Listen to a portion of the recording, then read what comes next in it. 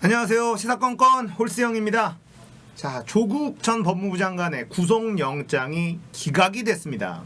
당연한 결과다라고 생각을 했는데 그 영장 기각 사유가 좀 이상해요. 그래서 이 영장 기각 사유가 왜 이렇게 나올까 라면서 좀 들여다봤더니 오늘 연합뉴스에서 조국 영장 기각 사유가 원본과 언론용 내용이 왜 다른지에 대해서 기사가 났습니다. 자, 이 기사를 한번 보면서 우리가 좀 얘기를 좀 해봅시다. 조국 전 법무부 장관의 구속영장이 기각이 되자 기각 사유 전문이라는 이름으로 인터넷에 이제 글들이 올라오기 시작했어요. 근데 이 내용이 처음에 기각이 되자마자 쏟아져 나왔던 이 속보 기사와 내용이 좀 다른 거예요. 그래서 뭐가 있었냐면 죄질이 좋지 않다 이런 문구가 들어 있었는데 원문에는 이런 문구가 없는 겁니다. 그래서 좀 이상하잖아요. 죄질이 좋지 않다. 근데 기각을 하긴 했지만 죄질이 좋지 않다라는 표현이 들어 있었어요. 그래서 이게 무엇인지 찾아보다가 이런 또 기사가 있길래 한번 정리를 해보면서 왜 이런 일들이 벌어지고 있는지 한번 이야기를 나눠보려고 합니다. 권덕진 영장 전담 부장판사, 이분이 이제 이 조국 전 법무부 장관의 영장 심사를 한 분인데 이 구속영장 기각 사유를 검찰에 보냈어요. 새벽 1시. 인터넷에서 확인되는 원문이 권 부장판사가 검찰에 보낸 기각 사유라고 보시면 됩니다. 그리고 오전 1시 무렵에 기자들 역시 이 공보판사를 통해서 구속영장이 기각됐다는 사실을 영장 기각 사유 보도자료로 이제 문자 메시지로 전달을 받았습니다. 자, 이게 이제 속보로 쫙 퍼진 거예요. 이 언론용으로 배포된 기각 사유 첫머리에는 어떻게 되어 있냐면 이 사건 범죄 혐의는 소명됨 이런 문구가 있습니다.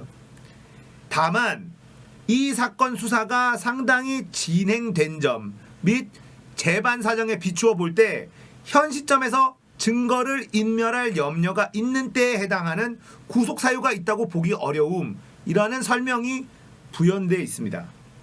자, 검찰에 전달된 원문에도 내용은 거의 그대로 있는데 피의자가 일부 범행 경위와 범죄 사실을 부인하고 있기는 하나 이 구절이 언론 배포용 보도자료에는 빠져 있습니다. 그래서 이게 혐의 사실에 대한 판단 부분이 사실은 가장 중요한데 이 권 부장판사는 언론용 보도자료에서 이 사건의 범행은 그 죄질이 좋지 않으나 이렇게 표현을 했어요. 그리고 바로 그 뒤에는 구속 사유가 있지 않은 이유를 나열했습니다. 좀 뭔가 이상하죠. 자, 원문을 보면 피의자가 직권을 남용하여 유죄수에 대한 감찰을 중단한 결과 우리 사회의 근간인 법치주의를 후퇴시켰을 뿐만 아니라 국가 기능의 공정한 행사를 저해한 사정이 있기는 하나 이렇게 표현이 되어 있습니다. 그래서 권 부장판사는 이 문구를 언론용에서는 죄질이 좋지 않으나라는 표현으로 줄여서 배포를 한 거예요. 자, 그리고 권 부장판사가 범죄의 중대성을 인정하기 어렵다면서 제시한 근거들도 언론용 자료에는 다소간 생략이 있었다는 거죠. 그래서 두 버전을 비교를 이렇게 해보면은 원문에만 있는 내용은 범행 당시 피의자가 인식하고 있던 유죄수의 비위 내용, 유죄수가 사표를 제출하는 조치는 이루어졌고 피의자가 개인적인 이익을 도모하기 위하여 이 사건 범행을 범한 것으로 보이지 않는 점, 요게 원문에는 있어요. 언론 배포용에는 요 내용이 없다는 거죠. 서울 동부지법의 공보판사가 또 이런 인터뷰를 한 것 같습니다. 전문이라고 돌아다니는 건 검찰에 보낸 원문이라는 거죠. 전문을 저희가 따로 공개한 사실은 없다. 언론용 자료는 영장 전담 부장판사가 축약해서 만들어준 문구다 이렇게 이야기를 했습니다. 영장 기각 사유는 비공개가 원칙인 문서이기 때문에 보도자료를 별도로 만들고 있다. 언론 공개가 되면 향후 수사에 영향을 줄 수 있거나 일반에 공개하는 게 부적절한 내용이 기재된 경우가 있어서 그렇다. 이렇게 설명을 했어요.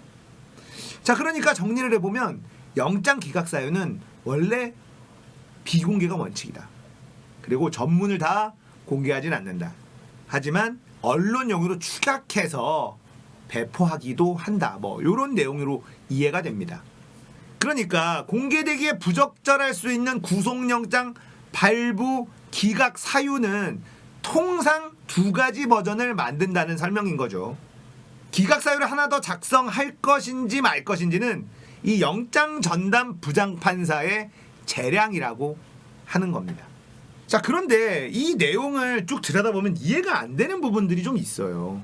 왜 언론 배포용에는 죄질이 좋지 않다라는 표현을 썼을까? 그리고 이 사건의 범죄 혐의는 소명이 됐다라는 문구가 있다라는 건데, 범죄 혐의가 소명됐다라는 것에 대해서 좀 이해가 잘 되지가 않습니다. 그러니까 여러 가지로 좀 이해가 안 되는 문구들이 좀 많이 들어가 있어요. 한 번에 머리에 쏙 박히지가 않는다는 거죠.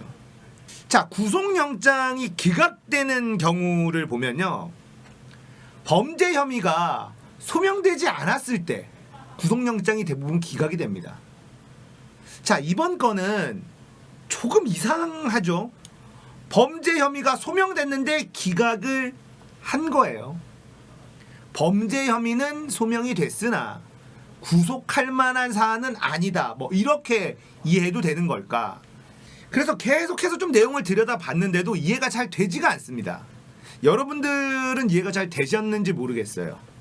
자, 원문에 있는 내용을 또 보면 범행 당시에 피의자가 이제 조국 전 장관이죠. 조국 전 장관이 인식하고 있던 유재수의 비위 내용, 유재수가 사표를 제출하는 조치는 이루어졌다는 점, 그리고 이 조국 전 장관이 개인적인 이익을 도모하기 위해서 이 사건 범행을 범한 것으로 보이지 않는 점, 이게 원문에는 있어요. 그런데 또 언론에 배포된 기각사유 첫머리에는 이 사건의 범죄 혐의는 소명됨, 이렇게 표현이 돼 있다는 거죠. 제가 이때까지 봤었던 내용들하고는 좀 많이 달라서 좀 당황스럽습니다. 뭐 제가 법적인 법조인도 아니고 전문가가 아니기 때문에 더 헷갈리는 걸 수도 있는데, 이렇게 해석을 할 수도 있을 것 같아요. 도저히 구속을 시킬 수는 없다. 구속시킬 만한 사안은 도저히 없는데 잘못은 있는 뉘앙스를 풍기고 싶다. 이렇게 해석이 저는 돼요. 잘못이 있다는 느낌은 풍기면서도 그러나 구속할 수는 없다. 뭐 이렇게 느껴집니다. 그리고 보면 이 언론용으로 배포한 이 내용들에도 죄질이 좋지 않다라는 표현, 이런 것들도 들어있는 걸로 봐서는 이 영장 심사했던 이 권 부장판사가 조국에 대해서 나쁜 사람이라고 생각하고 있다라는 것이 느껴집니다. 조국은 나쁜 사람인 거는 맞는데 구속할 만한 사유는 찾지 못했다. 뭐 이렇게 해석해도 될까요? 좀 복잡합니다. 심플하지가 않아요. 자, 보통의 구속영장이 기각되면 기각 사유는 첫 번째로는 범죄 사실이 소명되지 않았다. 이거 법적으로 다툴 만한 여지가 있다. 그러니까 구속하지 말아라. 이게 첫 번째거든요. 근데 첫 번째가 일단은 범죄 사실이 소명됐다. 이것만으로도 일단 조국이 잘못했다는 거네. 약간 이렇게 받아들여진단 말이에요. 그리고 죄질이 좋지 않다, 이런 좀 악의적인 표현으로 언론 배포용 축약 자료를 또 보내기도 했고요. 그리고 나중에 뒤에서 다만 이러면서 조국은 나쁜 사람인 것 같은데 다만 증거를 인멸할 염려가 있는 때에 해당하는 구속 사유가 있다고 보기 어려움, 이렇게 설명을 하고 있어요. 언론 배포용 보도자료가 조금 더 악의적으로 보입니다. 원문도 사실은 그렇게 속 시원한 구속영장 기각 사유라고 볼 수는 없는데 이 언론 배포용은 조금 더 악의적으로 느껴져요. 조국 전 장관은 이 법원에서도 미운털이 박혀 있는 것 같습니다.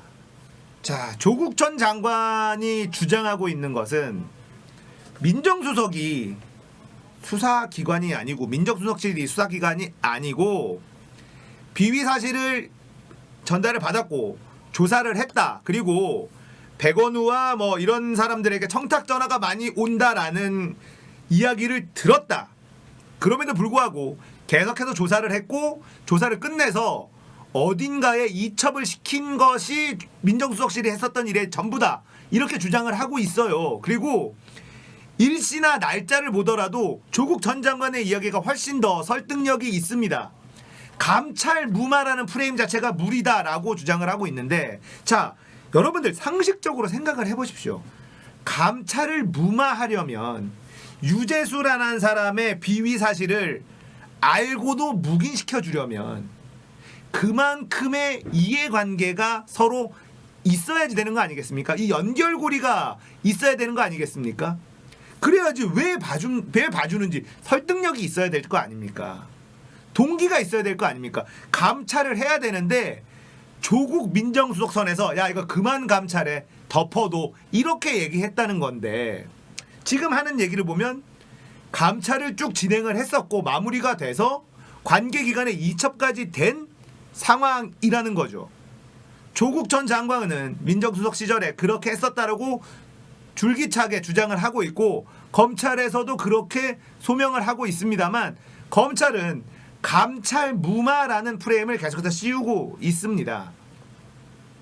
그리고 구속영장까지 신청을 했으나 기각이 됐어요. 그래서 기각된 거는 당연하다, 사필 기정 아닐까라고 생각을 했는데 이 기각 사유가 좀 이상해서 오늘 이 이야기를 다뤄본 것입니다.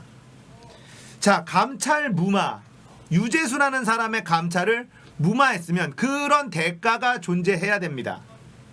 그 대가를 검찰은 한 번도 제시하지 못하고 있어요. 조국이라는 사람이 민정수석 시절에 유재수라는 인물의 감찰을 무마해서 얻을 수 있는 이익이 무엇이었는지를 우리는 한 번도 들어본 적이 없습니다. 일단 정황이 포착되면 언론에 흘리고 유죄 판결 내리고 언론 플레이 가는 거죠. 똑같은 패턴입니다. 그리고 구속영장 신청하고 구속영장 되면 대박이고 안 돼도 뭐 남는 장사고 일단 구속영장은 쳤으니까 같은 패턴으로 계속해서 돌아갑니다만 우리 언론들은 똑같은 패턴으로 똑같이 움직여줍니다. 우리가 정말 정신을 잠깐 놓으면 헷갈릴 수밖에 없는 세상입니다. 정말 정신을 똑바로 차리고 있어야 된다, 이런 생각이 듭니다. 여러분들 우리 조금만 더 정신 차리고 살아야 될 것 같아요. 자, 조국 전 법무부 장관 민정수석 시절의 감찰 무마 건으로 구속영장이 신청이 됐고 기각됐습니다. 기각된 사유가 너무 이상했기 때문에 오늘 이 이야기를 좀 다뤄봤습니다. 여러분들 생각이 어떤지 좀 궁금해요. 제가 몇 번 들여다봤는데 이게 너무 좀 이상해서 기각 사유가 이렇게 찜찜한 거는 참 본 적이 없는 것 같습니다. 그러니까 법원까지도 우리가 이렇게 조마조마하면서 결과를 바라봐야 되는, 이런 것도 참 안타깝습니다. 불안하죠. 법원의 판단을 우리가 정말 믿고 맡길 수 있어야 되는데 법원의 판단도 참 불안합니다. 자, 아무튼 영장이 기각되면서 검찰의 수사는 조금 동력을 잃게 됐다, 뭐 이렇게 분석하는 언론들이 많은데요. 저는 그렇게 분석하지 않아요. 어차피 알고 있었다. 어차피 검찰은 알고 있었다. 그리고 검찰은 정경심 교수의 표창 위조가 무죄라는 것도 알고 있었고 조국 전 법무부 장관의 이 감찰 무마 사건도 무죄라는 것을 이미 알고 있다. 저는 이렇게 생각을 합니다.